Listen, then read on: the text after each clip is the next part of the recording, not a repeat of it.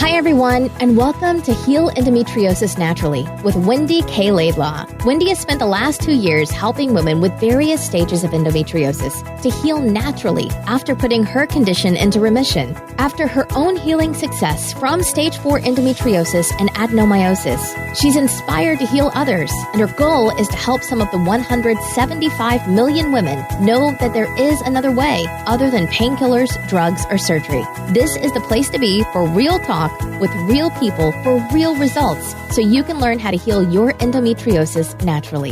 Please note that the opinions expressed in this program may represent options, but are not a substitute for proper medical care. Before starting any new healthcare program, we recommend you consult with a health professional. Hey, good afternoon, everyone. It's Wendy K. Laidlaw here from Heal Endometriosis Naturally. I am so delighted today to be joined by the lovely Emily Long from America, who has agreed to come and chat with me today about what she's doing. Hi, Emily.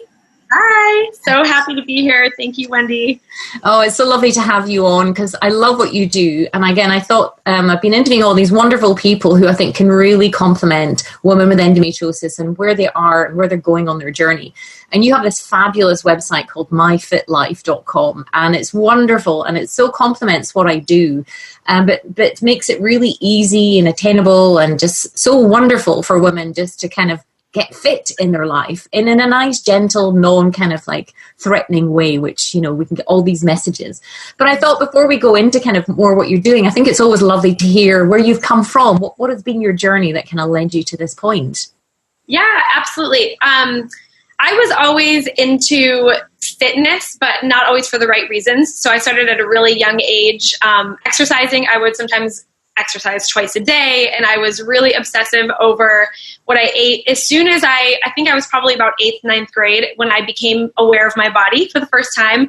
And I was never really heavy or overweight, but it was just this unhealthy view. And I honestly couldn't even tell you where it came from, but it was all of a sudden when I had this realization. I'd be sitting in class and I'd be aware of how my waistband was digging into my sides, or, like if I was sitting down, I could feel my thighs jiggle, or just, things that looking back now, when I look at pictures, I'm like, oh my gosh, why were you thinking that? But for whatever reason, I got started on this path of just unhealthy habits. And so, there wasn't the education or even the knowledge then at that time. So I sort of started taking some negative road. So that's why I started exercising excessively. I dieted the way I thought I should diet to lose the weight. So it wasn't until many years later, it was about around college age, that things got, really, really just tough, because one of my roommates at the time was just as bad, if not worse than I was. And so we just kind of fed off each other and went down this really tough path of, it was almost like a competition. If I ate something I wasn't supposed to, then in a competition with myself, then it was, okay, how, that was X amount of calories. How could I work that off, and just go crazy and do these crazy things? So it wasn't until several years later when my metabolism just, I think, completely crashed, because I had yo-yoed and tried to starve myself and binged and over-exercised for so many years. And once it got to that point where it just was like, I'm done, I started putting on a little bit of weight. And it was around that time that I got married. I was married young at 21. And about a year in, I was just super unhappy. I was so frustrated. I was working out hours every day, hardly eating. I was, cutting everything out to the point where I was like just eating veggies and carbs at one point.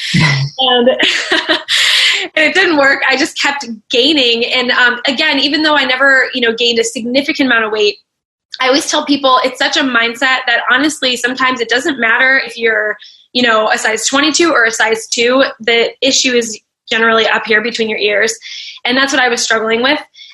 So what ended up happening for me, it's really funny, is I saw this girl that was training for a figure competition, and she had lost like 35 pounds and her legs were amazing. And I was watching her pose. She was practicing posing. And I was just like, oh my goodness, your legs are ridiculous. I need my legs to look like that. So I went to her trainer and I literally said, like, what do I need to do to get my legs to look like that? So my intentions were like, not really good. But, and he also, tended to train people in a very strict and restrictive way. So I'm thinking, okay, he's going to tell me I have to cut out all this food. And I was ready for it. I was like, I'll do whatever I have to do to look like that. And what he actually told me is he's like, so you're skinny fat and you actually have to, gain some muscle first before you can look like that. And because I was so committed to it, I was mentally like, okay, I'm prepared for this. I can gain a little bit of weight if I'm going to end up looking like that in the end. And even though he was going to take me on that process of gaining first and then cutting me and losing and going back to my old bad habits, the interesting thing that happened is once I started, doing less cardio like he suggested, adding in some strength training, eating more food, eating higher quality food, and actually kind of taking the control off what I could eat, because he was like, you just need more calories. So I was like, okay, so I'm going to have some ice cream, or I'm going to have, some of these other foods I never allowed myself to have. But what ended up happening is I ended up starting to feel amazing for like the first time ever. I started having more energy. I started just feeling like I was finally fueling my body, because although I did have some, cheat foods that I referred to as cheat foods at the time, I was also fueling my body with good nutrition instead of starving it like I had been for so long. And so about 2 months in, even though my clothes were a little bit tighter at the time because my metabolism was catching up, I felt so good. I was like, I don't even care anymore. I'm going to keep doing this because I just want to feel good, right? Yeah. And the interesting thing happened then is I kind of stopped taking his advice, because he was like, okay, now it's time to cut. And I'm like, no, I'm never going to go back to that. But what happened is eventually my metabolism caught up to where I was. And I was so like free of those restrictive, thoughts that I used to have. I could skip a workout and not, be so mad at myself over it, that over the course of the next 3 months, I ended up dropping 50% of my body fat in 2 pant sizes, literally without trying. And it was because I had built that metabolism back up and continued doing it. So now the craziest part is, that was over 8 years ago, and I've still, even despite a pregnancy obviously in there, I've been able to like lose that pregnancy weight, come right back to it, and maintain that now for over 8 years. And that's something I could have only dreamed of. So all that being said, I kind of stumbled into that. But that's exactly what I teach women now, because I want them to skip all of those steps.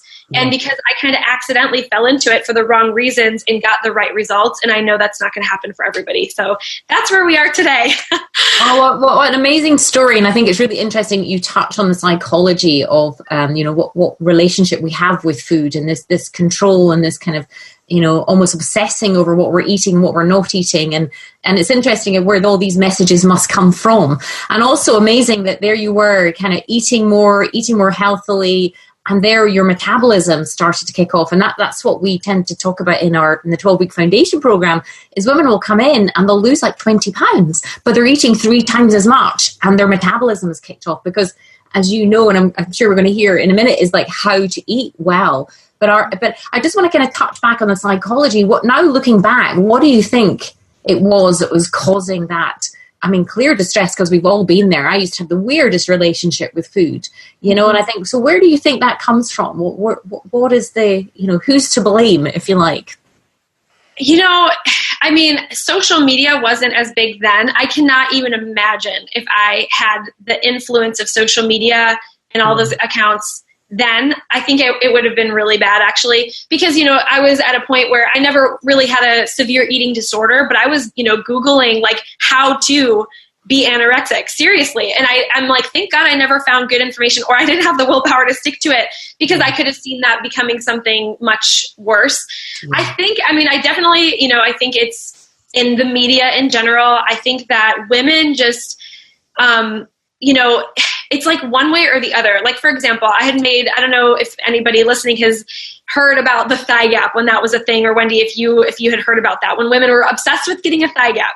And it was interesting to me because there was no middle ground. Like, it was either, women who didn't have one were like, ew, like if you have a thigh gap, you're too skinny, you're gross, you're a string bean.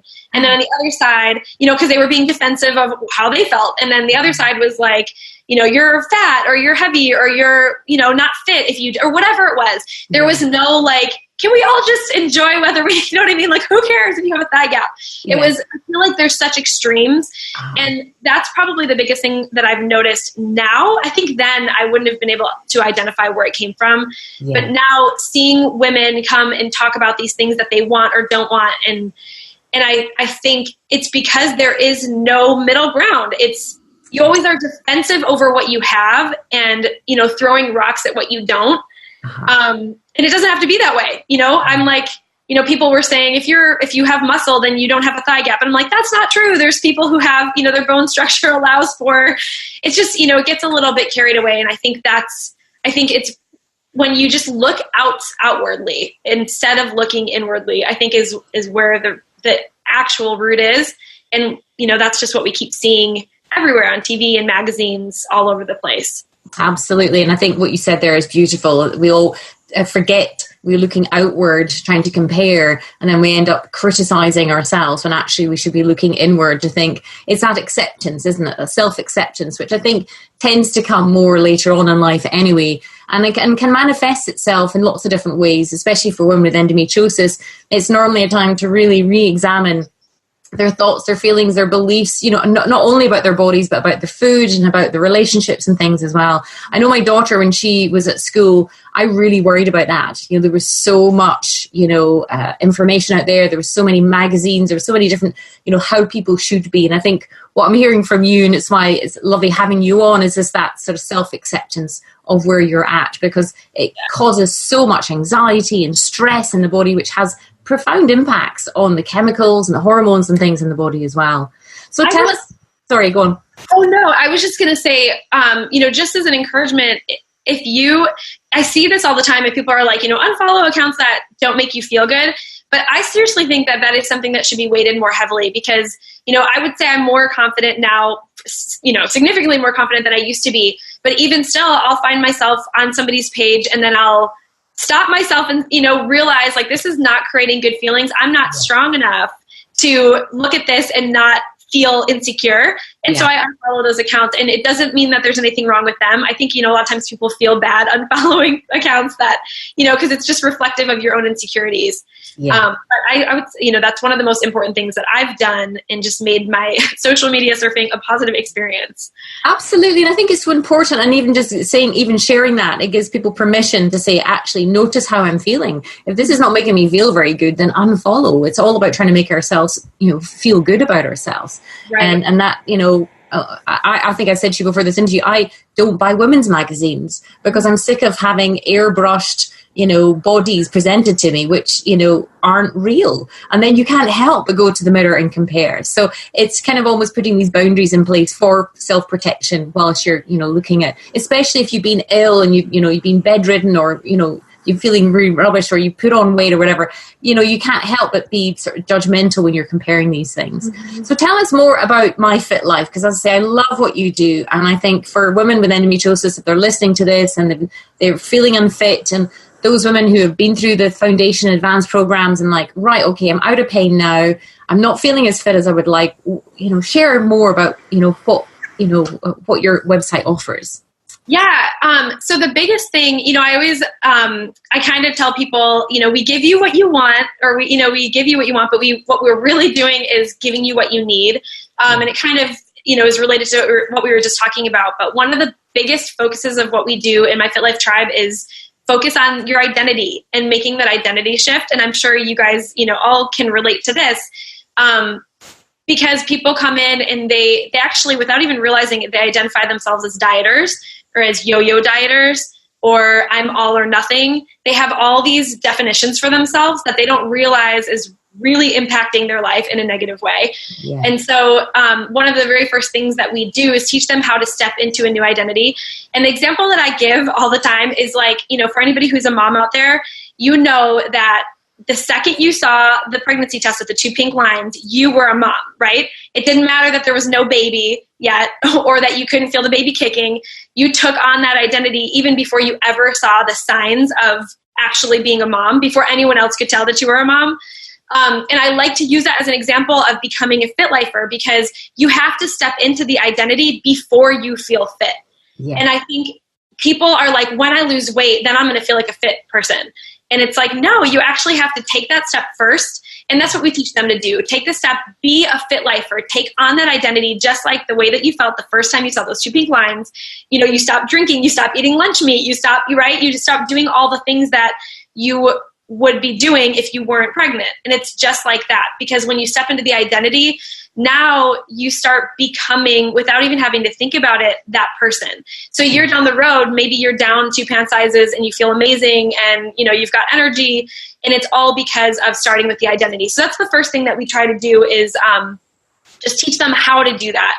And it's not perfect. It's not like, okay, today I'm this. And then you just, you know, become. I think it's a gradual process, isn't it? Because it's like with the women who come through my programs, they've taken on this new identity of endoboss. They're a boss of their endometriosis. So I love that, you know, you've got your own identity with Fit Lifer. And I think that really encompasses what I try to do with the women as well who come in. Is like, this is a lifestyle change forever.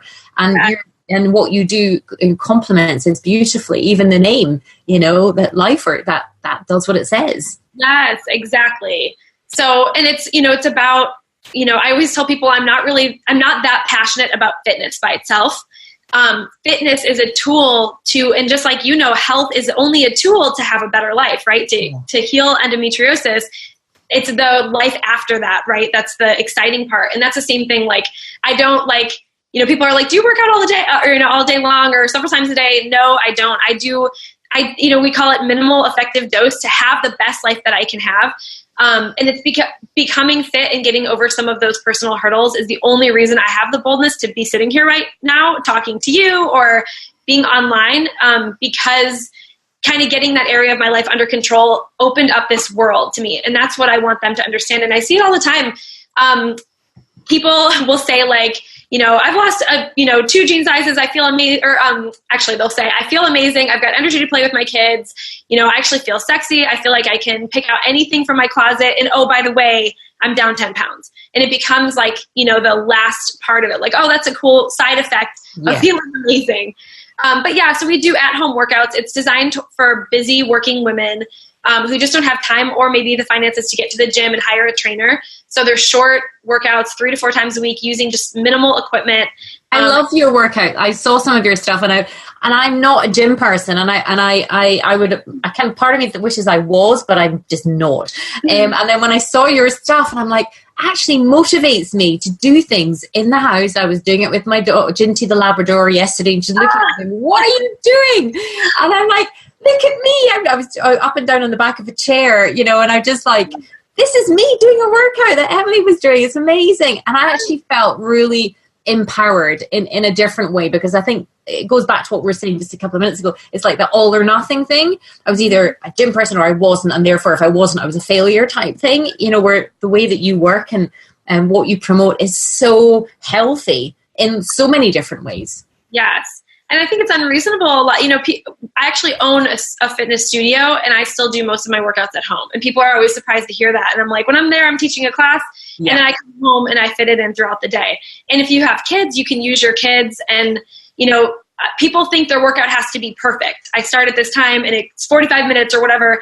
Our workouts are about 25 minutes. And if your kid needs a glass of milk in the middle of it, stop it, go get the milk, and then jump right back in. Like, I think we think of it as like, oh, that they interrupted it, now it's over, I ruined it. And it's just not how it is. I mean, my workout, sometimes, you know, ideally we try to get it right in those 25 minutes, but there are times where I'll do 5 minutes in the morning, 5 minutes later, just to do something and get moving. And I think, you know, that's living a fit life. That's like living, you know, fitting fitness into your busy life and not the other way around, not trying to fit life into getting fit and healthy.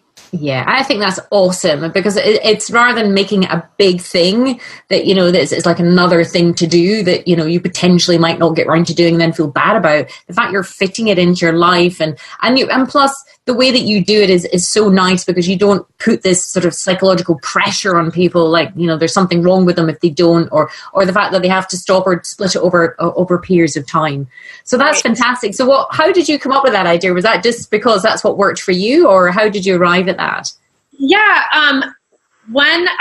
Back in the day, it was just so obsessive and so much time. It really wasn't reasonable. And then after I had learned a little bit more and experienced or experimented with some of our clients, I started to just realize, especially after I had my son, that it's not reasonable to spend hours doing these things. And so I started learning and studying different ways to do more in less time. And so we use something called intentional activation in our workouts that just basically instead of just kind of mindlessly going through the workout, we teach you how to actually be intentional, activating your muscles in the right way so you can actually get more done in less time. And I just, through experimenting and after, like I said, having my son and still working and having to get shorter workouts, I just figured out that, oh my goodness, I don't have to work out 6 days a week for an hour. This is amazing. And one of the biggest things is because we focus on building habits. So I always have people start with one thing. And this is one of the coolest things that I ever learned is a statistic about habits where if you start with just one thing, if you make one habit change, your likelihood of success is 70% or greater. And just by adding in a second habit, so like, let's say you are going to eat healthier breakfast and you're going to work out in the morning, your likelihood of success actually drops down to less than 30%, which is huge. And then by adding 3 or more, your likelihood of success drops down to less than 1%. And when you think about any diet or program, they're asking you to do a 180 on Monday, right? Yeah. So it's kind of like taking all those things that I learned, experimented on myself, and then used with clients in person. And it's been working. It's the only way I've found for people to not only get results, but actually sustain them long term, because they're all habits they can still do after 6 months, a year, 6 years. And I think that's key is the habits, because we create good habits and then we incorporate them into our busy lives, because everyone's like so super busy, and then don't put that sort of pressure on people, then it's more sustainable for the long term. In fact, I've joined somebody's kind of fitness. They were doing a kind of program, and it was so much like, don't do this and don't do this and don't do this, and not like specifics. And I just had to end up backing out of it, because I was just like, you were asking me to run a marathon, and then you were asking me to do like, go to the gym. And I've just like, I'm like a beginner, I like yoga and things like that. But, I'm looking to kind of, progress my fitness. So that's where, when I was looking at your stuff, I think, oh, this is wonderful for women with endometriosis, because normally because they've been in so much pain for long periods of time, they've been really struggling in how to get fit. But what I love is that you're creating such good habits that are sustainable for the long term. Yes. And some women will come in and haven't been working out. And so I'll tell them, do 5 minutes of it. And in their minds, they're like, no, but that's not the whole thing. That doesn't work. And I'm like, no, when you've been doing nothing, 5 minutes is huge. Yeah. So a lot of them start there. They start with 5-minute workouts. And then the next week they're like, oh my gosh, I did 8 minutes, or, and they start to progress it. So it's just cool to see them finally grasp the power of building habits. And one quick secret I will share that I learned is that habits come in multiples, good or bad. So when they're focusing on that one habit, they're really actually going to be influencing other areas of their life, but without the mental energy in doing so. And I think that's kind of the secret sauce that surprises people, is they're like, I was only focusing on this, but at the end of the month, I've actually mastered, these 5 things. So it moves quicker than people expect. Well, that's it, because the focus is on something positive, but it's attainable as well, because you're giving people, from what I'm hearing, you're giving people wins quite early on, rather than this monster pressure. When I went up to the gym, it's like, right, you need to be in here at least 3 hours every day. And I'm like, that's just not going to happen, because I just don't have the time. And I think my body would just collapse, and I think, and as I say, I think what you offer, what you do is great for women with endometriosis, because it really is accepting of where they're at when they're starting. Because a lot of women, come to me, and invariably when they come to me, they're in a lot of pain, and they're frustrated because they're not getting the results that they seek.